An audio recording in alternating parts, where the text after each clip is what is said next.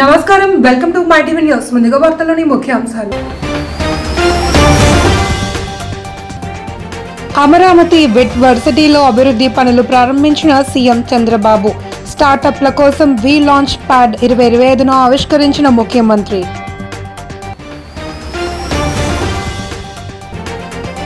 గిరిజన గ్రామాలకు రోడ్లు, త్రాగునీరు కల్పించాలంటూ ఆదివాసీలు డోలి మోతలతో నర్సీపట్నంలో వినూత్న నిరసన. పెద్ద సంఖ్యలో తరలివచ్చిన గిరిజనులు.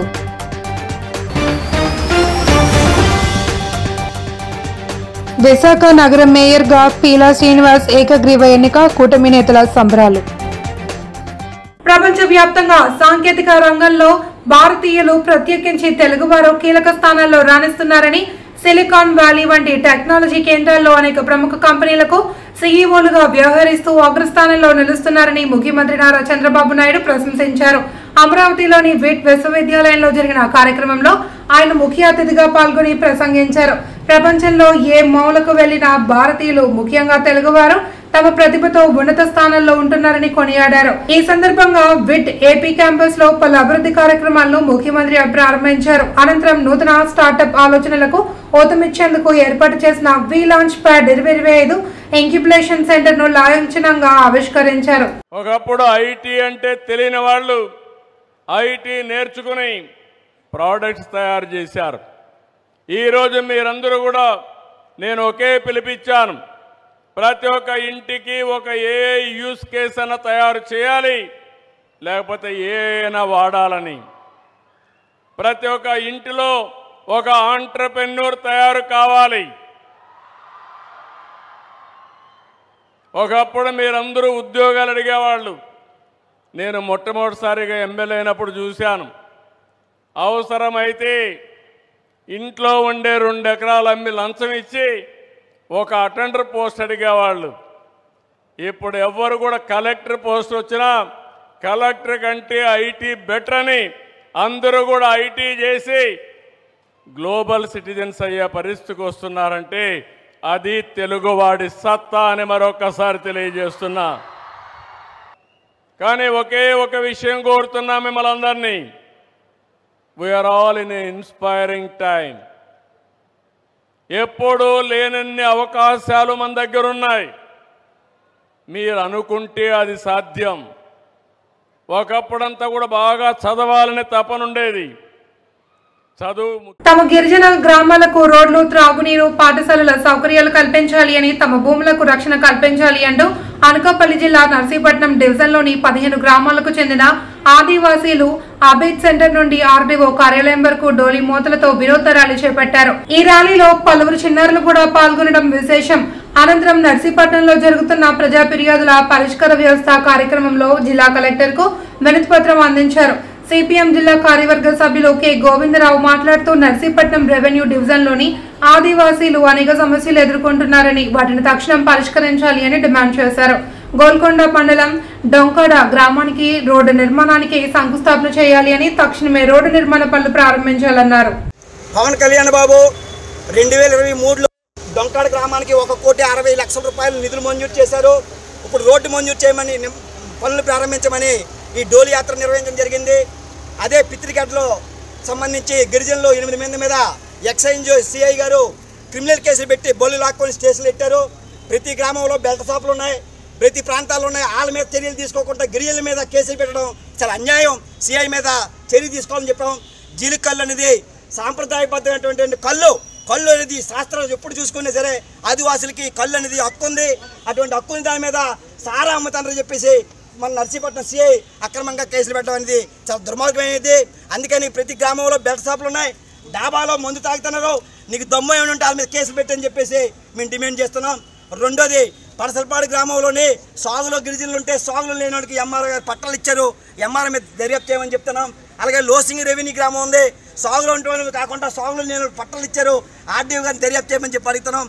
మానవ హక్కుల కమిషను జిల్లా కలెక్టర్ గారిని ఈ నాన్ షెడ్యూల్ ప్రాంతాల్లో భూముల మీద దర్యాప్తు చేయండి అని కాగితం ఇస్తే ఆర్డీఓ గారు చుట్టం చూపుకి వెళ్ళి సూతు మంత్రంగా వచ్చేసారు తప్ప మానవ హక్కుల కమిషన్ కాదు, మా కమిషన్ చేస్తున్నట్టు పత్రాలు వ్యవహరిస్తున్నారు. ఈ రకంగా కౌగుంట గ్రామంలో కూడా గిరిజన భూములు గిరిజనేతర పట్టాలు ఇచ్చారు.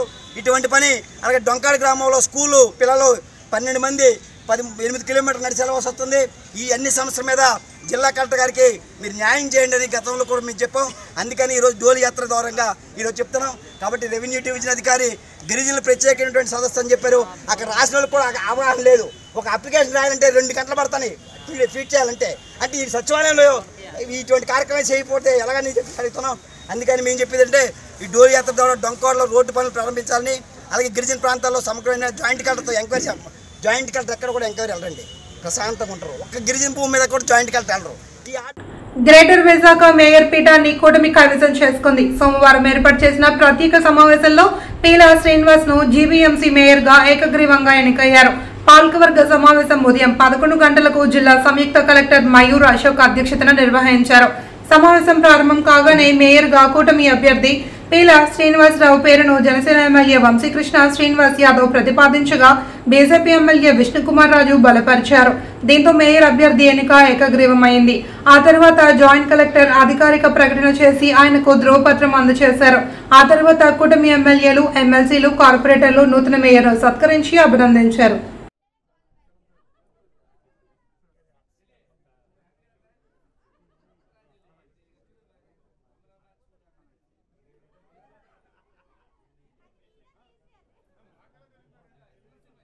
సామాజిక సేవ ద్వారా పేదలకు ఆసరాగా నిలవాలి అని విశాఖ నగర పోలీస్ కమిషనర్ శంఖప్రతాప్ బాగ్చి అన్నారు. గాజువాక హైస్కూల్ రోడ్డులోని అమ్మ ట్రస్ట్ ఆధ్వర్యంలో జరిగిన వార్షికోత్సవ కార్యక్రమంలో ఆయన ముఖ్య అతిథిగా వచ్చేశారు. ఈ సందర్భంగా మాట్లాడుతూ పేదల అవసరాలను గుర్తించి వారికి సేవ చేస్తున్న సంస్థలను అభినందించవలసిన అవసరం ఎంతైనా ఉందన్నారు. కార్యక్రమంలో బీజేపీ కన్వీనర్ కర్ణం రెడ్డి, నరసింగారావు, అమ్మ ట్రస్ట్ చైర్మన్ భాస్కర్ తదితరులు పాల్గొన్నారు. ఈరోజు అమ్మ చారిటబుల్ ట్రస్ట్ నిర్వహించిన ఈ ప్రోగ్రామ్ కి రావడం జరిగింది. గాజువాకలో చాలా చాకచక్యంగా ఈ ప్రోగ్రాం జరిగింది. చాలా మంది ప్రజలు ఉల్లాసంగా, ఉత్సాహంగా ఈ ప్రోగ్రామ్ లో పాల్గొన్నారని నేను చూస్తున్నాను. 13 సంవత్సరంలో పూర్తి చేసి ఈ రోజు 14వ సంవత్సరం మొదలైంది ఈ అమ్మ చారిటబుల్ ట్రస్ట్ కి. ఈ 13 సంవత్సరాల్లో 230 ప్రోగ్రామ్స్ ఘనంగా నిర్వహించారండి. విద్య, వైద్య, రైతులకు ఆర్థికంగా ఎన్నో సహాయం చేశారండి. ఇలాగే భవిష్యత్తులో కూడా కొనసాగుతుందని ప్రోగ్రామ్స్ మన రాష్ట్రం కాకుండా వేరే రాష్ట్రానికి కూడా ఈ కార్యకలాపాలు చేస్తారని ఆశిస్తూ మన వైజాగ్ నగరంలో ఎక్కడైనా ఏదైనా సహాయం కావాలంటే అమ్మ చారిటబుల్ ట్రస్ట్ సభ్యులు ఖచ్చితంగా హెల్ప్ చేస్తారని నమ్ముతూ పోలీస్ తరఫున కూడా అన్ని విధంగా అమ్మ చారిటబుల్ ట్రస్ట్ కి సహాయం చేస్తామని హామీ ఇస్తూ ఆల్ ద బెస్ట్, హృదయపూర్వక శుభాకాంక్షలు, అభినందనలు. అమ్మ చారిటబుల్ ట్రస్ట్ లో ఉన్న ప్రతి సభ్యులకు, వెనకల ఉన్న నడిపిస్తున్న అందరికీ పాదాభివందనలు తెలియజేస్తూ ఈరోజు ఈ చక్కటి ప్రోగ్రాం ఏర్పాటు చేసిన ప్రతి ఆర్గనైజర్ కి కూడా ధన్యవాదాలు తెలియజేస్తున్నాం. మొన్ననే మేము ఒక ప్రోగ్రాం పెట్టాము, మహిళా రక్షణలో కలిసి కట్టుగా. మగవాళ్ళు ఈరోజు ఆడవాళ్ళ మీద ఆన్లైన్ కానీ ఆఫ్లైన్ కానీ దాడులు చేస్తున్నారండి. అందుకే ఆ రోజు పిలిపించి ప్రోగ్రాం పెట్టడం జరిగింది. అది కాకుండా ప్రతి స్కూల్, కాలేజ్, యూనివర్సిటీకి నవ సమాజం నిర్మాణం కింద మేము పర్సనల్గా వెళ్ళి ప్రోగ్రాం పెట్టి సైబర్ నేరాలు, డ్రగ్ అబ్యూస్ మీద, తర్వాత ఆన్లైన్ క్రైమ్ అగైన్స్ట్ విమెన్ మీద అవగాహన కార్యక్రమం నిర్వహిస్తున్నాం, అవగాహన కల్పిస్తున్నాం. కాశ్మీర్ ఉగ్రవాదుల దాడిలో మృతి చెందిన భారతీయులకు విశాఖలో జర్నలిస్టులు ఘన నివాళి అర్పించారు. ఆంధ్రప్రదేశ్ వర్కింగ్ జర్నలిస్ట్ యూనియన్ ఆధ్వర్యంలో జర్నలిస్టులు విశాఖ ఆర్కే బీచ్ కాళీమాత ఆలయం వద్ద కొవ్వొత్తులు వెలిగించి ప్రాణాలు కోల్పోయిన అమాయకుల కుటుంబాలకు ప్రగాఢ సానుభూతి తెలిపారు. అదే సమయంలో పాక్ ప్రేరేపిత ఉగ్రవాద సంస్థలపై భారత్ ప్రభుత్వం ధీటుగా సమాధానం చెబుతోంది అని, ఈ విషయంలో పూర్తిగా వర్కింగ్ జర్నలిస్టులు భారత్ ప్రభుత్వానికి అండగా నిలుస్తారని ప్రకటించారు.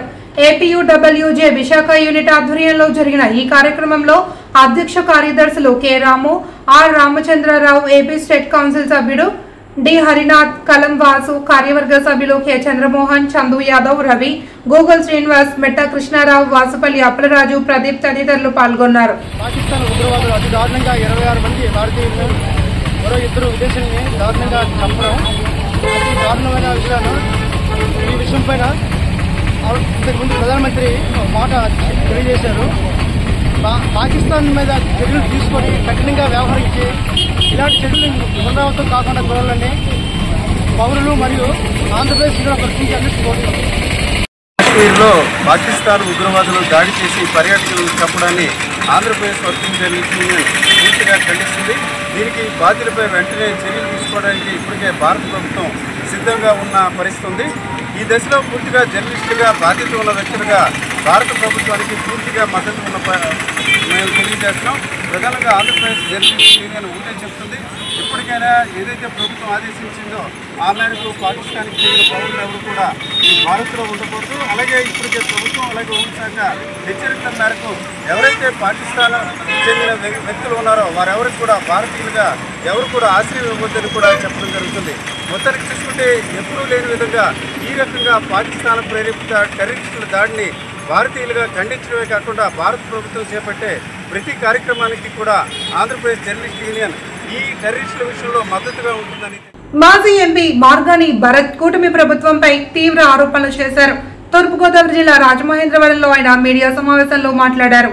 వర్సా సంస్థ మంత్రి నారా లోకేష్ బినామీ అని 3,000 కోట్ల విలువైన భూములను కారు చౌకగా కట్టబెట్టే కుట్రలో భాగంగానే ఈ సంస్థ ఆవిర్భవించింది అని ఆయన ఆరోపించారు.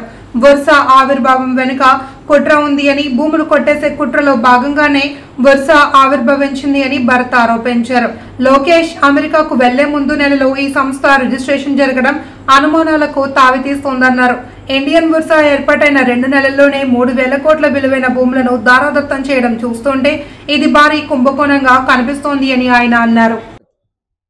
ఆయనకి 2015లో జూలై 2015లో మీరు కృష్ణా జిల్లా జగ్గాయిపేటకి మండలానికి సంబంధించి జయంతిపురంలో ఏపీఐఐసికి చెందిన 498 ఎకరాల భూమిని మీరు కేవలము ₹1,00,000 ఇచ్చిన మాట వాస్తవం కాదా అని అడుగుతాను. ఎకరం ₹1,00,000 ఇచ్చారని మా దగ్గర ఉన్న ఆధారాలు. అప్పుడు 2015 జూలై 15న చంద్రబాబు నాయుడు గారు ఉత్తర్వులు ఇచ్చారు. ఆ రోజు బహిరంగ మార్కెట్లో ఎంత తక్కువ వేసుకున్నా ఎకరం ₹1,00,00,000 అంటే 498 కోట్ల రూపాయలు విలువ చేసే భూమిని అంటే ఎకరం ₹1,00,000 ఇవ్వడంలో దీని ఆంతర్యం ఏంటని అడుగుతున్నా. ఇప్పుడు మీరు రాజ్యాంగంలో మీరు ముఖ్యమంత్రిగా ప్రమాణ స్వీకారం చేసినప్పుడు ఏమని ప్రమాణ స్వీకారం చేస్తామండి? నాకు తెలియవచ్చిన విషయాలు కానీ నాకు కానీ లేకపోతే నాకు బంధుప్రీతి లేకోకుండా అన్ని రకాలుగా అందరినీ సమానంగా చూస్తాను అని కదా మనం ప్రమాణ స్వీకారం చేస్తాము. మరి ప్రమాణ స్వీకారం చేసిన దానికి ఏ రకంగా మీరు తూట్లు పొడుస్తా ఉన్నారో అని అడుగుతున్నా. ఇంత అన్యాయంగా మీ తాలూకా మీ వ్యక్తులకి మీరు లాభాలు చేకూర్చుకోవట్లేదా అని అడుగుతా ఉన్నా. ఇంత దారుణం. ఇది కాకుండా రీసెంట్గా అండి మరి ఆంధ్రప్రదేశ్ రాష్ట్ర మాజీ సిఎస్ గారు శర్మ గారు పూర్వ కేంద్ర ప్రభుత్వ కార్యదర్శి అయిన శర్మ గారు ఆయన ఇప్పుడున్న ప్రెజెంట్ విజయానంద్ గారికి ప్రధాన మాదక ద్రవ్యాల విపత్తుపై ఏలూరు జిల్లాలోని డీపాల్ కాలేజ్ ప్రాంగణంలో 19వ battalion NCC annual training camp college విద్యార్థులకు జిల్లా అదనపు ఎస్పీ అడ్మిన్ ఎన్ సూర్యచంద్రరావు అవగాహన నిర్వహించారు. జిల్లా ఎస్పీ కె ప్రతాప్ శివకిషోర్ ఆదేశాలపై 3 town inspector Koteswararao, DCRB inspector Habeeb Basha, eagle team incharge RSI Uday Bhaskar మరియు సిబ్బందితో మాదక ద్రవ్యాల వాడకం వల్ల కలిగే నష్టాలపై అవగాహన కార్యక్రమం నిర్వహించారు. మీకు అలవాటు వద్దు అని చెప్పవలసినటువంటి పరిస్థితి వచ్చింది అంటే అది ఎంత గణనీయంగా ఇప్పుడు ఈ యూత్లోకి చొచ్చుకుపోయిందో మీరు ఆలోచించండి. అరుదుగా ఉండదు. మేము ఒక 40 సంవత్సరాల కింద 38 సంవత్సరాల కింద చూస్తే ఈ గంజాయి సేవించడం అనేది ఓన్లీ సాధువులు లేకపోతే ఎవరైతే భిక్ష ఎత్తుకునే వాళ్ళు ఉంటారో, రోడ్ పక్కనే డెస్టిట్యూట్స్ లాంటి వాళ్ళు ఉంటారు, వాళ్ళు మాత్రమే అక్కడక్కడ సేవిస్తుండేవారు ఈ గాంజాని. ఇప్పుడు అది రాను రాను చాలా విద్యార్థి లోకంలోకి వచ్చింది. విద్యార్థి దశ నుంచే స్టార్ట్ చేయడం మొదలవుతుంది. కార్మికులు సేవిస్తున్నారు, అలాగే అన్ఎంప్లాయిడ్ యూత్ సేవిస్తున్నారు. ఈ గాంజా సేవించడం వలన చాలా అనర్థాలు జరుగుతున్నాయి. క్రైమ్ రేట్ పెరుగుతుంది, భయంకరమైనటువంటి క్రైమ్ రేట్ మనకు వస్తూ ఉంది.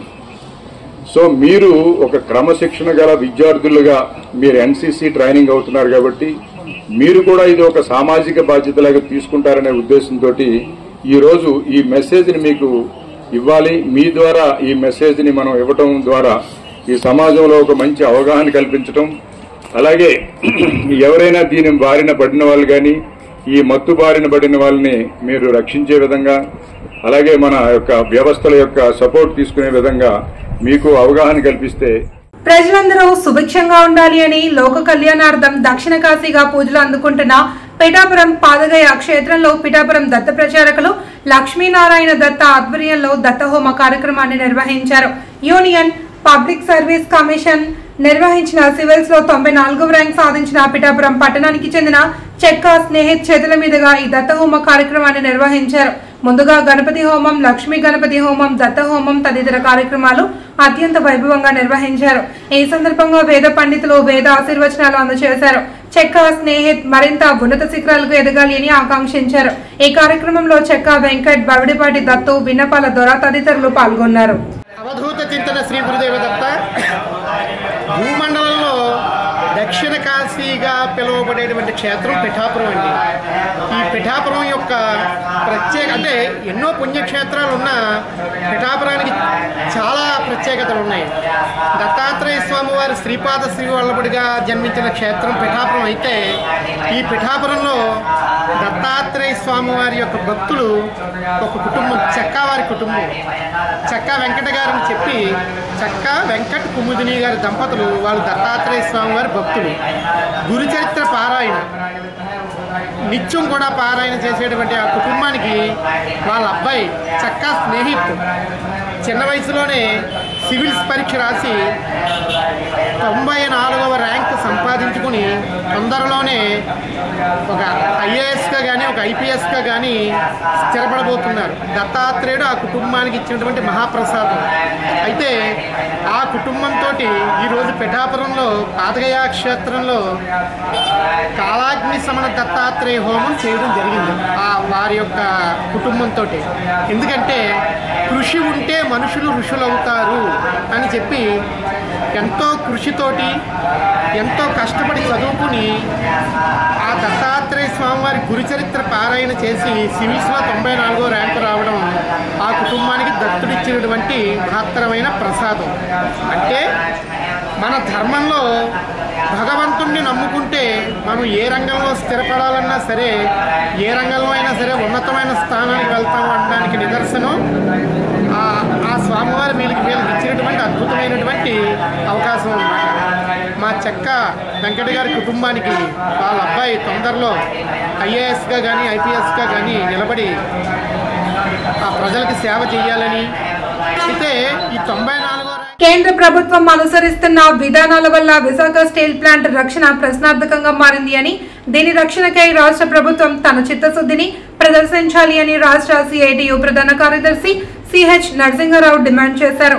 స్టీల్ సిఐటియు ఆధ్వర్యంలో ప్రధాన పరిపాలనా భవనం ఎదుట స్టీల్ కార్మికులకు బకాయి పడ్డ వేతనాలు చెల్లించాలి అని, సకాలంలో వేతనాలు చెల్లించాలి అని, హెచ్ఆర్ఏ పునరుద్ధరించాలి అని, ఉక్కు నగరంలో కరెంటు ఛార్జీలు తగ్గించాలి అని, 100% వ్యూహాత్మక అమ్మకాన్ని ఉపసంహరించుకుంటున్నామని, కాంట్రాక్ట్ కార్మికులను తొలగించాలని అనే ప్రధాన డిమాండ్లతో ఉదయం 8 గంటల నుండి మధ్యాహ్నం 12 గంటల 30 నిమిషాల వరకు ధర్నా నిర్వహించారు.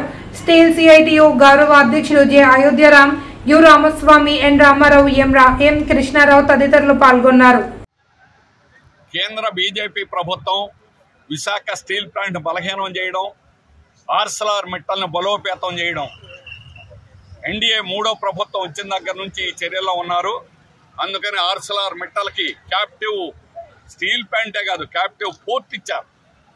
నక్కపల్లిలో పోర్ట్ ఇవ్వడం, అట్లాగే పుట్టుక ముందే దానికి సొంత గనులు సమకూర్చాలని చెప్పడం అనేటువంటిది ఆర్సెలర్ మిట్టల్ని నెత్తిన పెట్టుకొని పూజించుకోవడం తప్ప ఇంకోటి కాదు. 35 ఏళ్ల నుంచి సమర్థవంతంగా నడుస్తూ దేశంలోనే #1 క్వాలిటీ కలిగినటువంటి ఉక్కును తయారు చేస్తున్న వైజాగ్ స్టీల్ ప్లాంట్కి సొంత గనులు ఎందుకు అడగరని చెప్పేసి అడుగుతున్నాం. అందుకని కావాలని దీన్ని బలహీనం చేసేదానికి నువ్వు ప్రయత్నం చేస్తున్నారు కేంద్ర ప్రభుత్వం. అలాగే రాష్ట్ర ప్రభుత్వం కూడా వాళ్ళకి తానంటుంది. అధికారంలోకి వచ్చిన తర్వాత ఎన్డీఏ తనకున్నటువంటి అధికారాన్ని ఉపయోగించుకొని ఈ రోజు కేంద్ర ప్రభుత్వాన్ని నిలయగలిగినటువంటి శక్తి ఒకే ఒక రాష్ట్రం ఆంధ్రప్రదేశ్కి ఇక్కడ ఉన్నటువంటి ప్రభుత్వానికి ఉన్నది. కానీ కావాలని చేయడం లేదు. వాళ్ళకి కావాల్సినటువంటి సొంత పనులు చక్కబెట్టుకుంటున్నారు తప్ప స్టీల్ ప్లాంట్ గురించి పట్టించుకునేటువంటి ప్రసక్తిలో లేదు.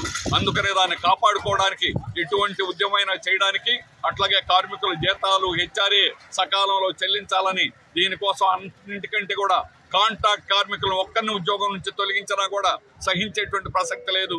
కాంట్రాక్ట్ కార్మికులందరినీ కూడా ఉద్యోగాల్లో చేర్చేదాకా పోట్లాడతాం. అటువంటి పోరాటం పెద్ద ఎత్తున జరగబోతా ఉంది. దానికి అందరూ కూడా సిద్ధం కావాలని, ఆ విధంగా కేంద్ర రాష్ట్ర ప్రభుత్వాల నాటకాలని కట్టిపెట్టండి, మా పోరాటాన్ని ఉధృతం చేస్తామని చెప్పి కేంద్ర రాష్ట్ర ప్రభుత్వాలను హెచ్చరిస్తున్నారు. కాకినాడ జిల్లా పిఠాపురం ప్రాంత అభివృద్ధి ప్రాధికారిక సంస్థ ఆధ్వర్యంలో ప్రజా ఫిర్యాదుల పరిష్కార వ్యవస్థ కార్యక్రమం పీడి చైత్రవర్షిణి ఆధ్వర్యంలో జరిగింది. ఈ కార్యక్రమానికి నియోజకవర్గం నుండి ప్రజలు వచ్చి తమ సమస్యల పరిష్కారం కోరుతూ అధికారులకు వినతి పత్రాలు అందజేశారు. ఈ సందర్భంగా పిఠాపురం పట్టణంలో ట్రాఫిక్ ని దృష్టిలో ఉంచుకుని ట్రాఫిక్ పోలీస్ స్టేషన్ ఏర్పాటు చేయాలి అని కోరుతూ జనసేన పార్టీ నాయకులు బొజ్జా లోవరాజు, పల్నాటి మధు, బొజ్జా కుమార్ ఆధ్వర్యంలో పాడా కార్యాలయంలో అధికారులకు వినతి పత్రం అందజేశారు. అదేవిధంగా పట్టణంలోని మహారాజా వార్ది ఆనుకుని ఉన్న రోడ్డులను అభివృద్ధి పరచాలి అని యనమండ్ర సూర్యనారాయణ అధికారులకు వినతి పత్రం అందజేశారు. సివిల్ స్కోర్ లేదని బ్యాంక్ అధికారులు టిట్కో గృహాల లబ్ధిదారులకు బ్యాంక్ రుణాలు మంజూరు చేయడం లేదని కౌన్సిలర్ పంపనబోయిన అన్నపూర్ణ అధికారులకు విన్నవించుకున్నారు. కార్యక్రమంలో PADA deputy PD Madhavi, municipal commissioner Kanakarao అధికారులు పాల్గొన్నారు. అండర్ బ్రిడ్జ్ దగ్గర నుంచి మహారాజా వారధి దాకా ఉన్నటువంటి పొంత రోడ్డు గతంలో మార్కెట్ యార్డు అమౌంట్స్ తోటి, రైతుల తాలూకు అమౌంట్లతోటి పొంత రోడ్డు ఏర్పాటు చేశారు. అది ఇవాళ పూర్తిగా ఛిద్రమైపోయింది. ఆ రోడ్డు మీద వర్షాకాలంలో ఎవరూ నడవలేని పరిస్థితి, వెళ్ళలేని పరిస్థితి. ఇవాళ గోర్స్ రైల్వే గేట్ దగ్గర నుంచి పిఠాపురం మహారాజా వారధి వరకు సిమెంట్ రోడ్డు వేసి రైతులకి 5 గ్రామాల ప్రజలకి సౌకర్యం గురించి అని చెప్పనేసని ఇవాళ పాడా కార్యాలయంలో ఇవ్వడం జరిగింది. గతంలో ఎన్హెచ్ ఆక్రమణలో ఈ పొంత రోడ్డు కూడా ఆక్రమణలో గురవుయింది.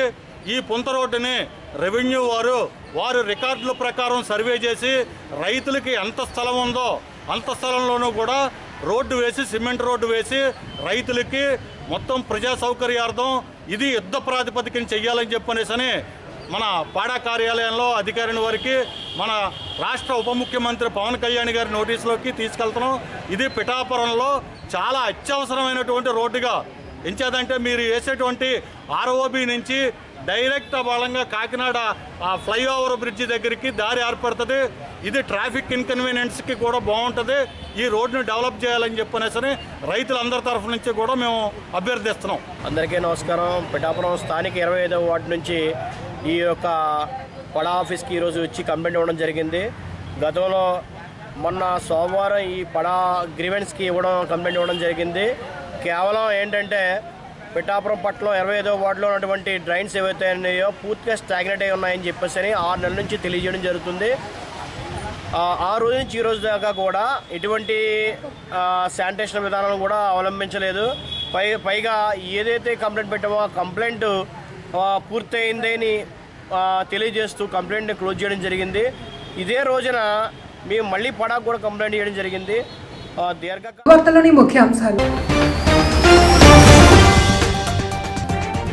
అమరావతి విట్ వర్సిటీలో అభివృద్ధి పనులు ప్రారంభించిన సీఎం చంద్రబాబు. స్టార్టప్ల కోసం వి లాంచ్ ప్యాడ్ 2025ను ఆవిష్కరించిన ముఖ్యమంత్రి.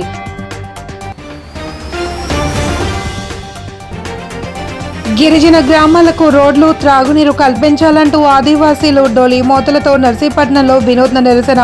పెద్ద సంఖ్యలో తరలివచ్చిన గిరిజనులు.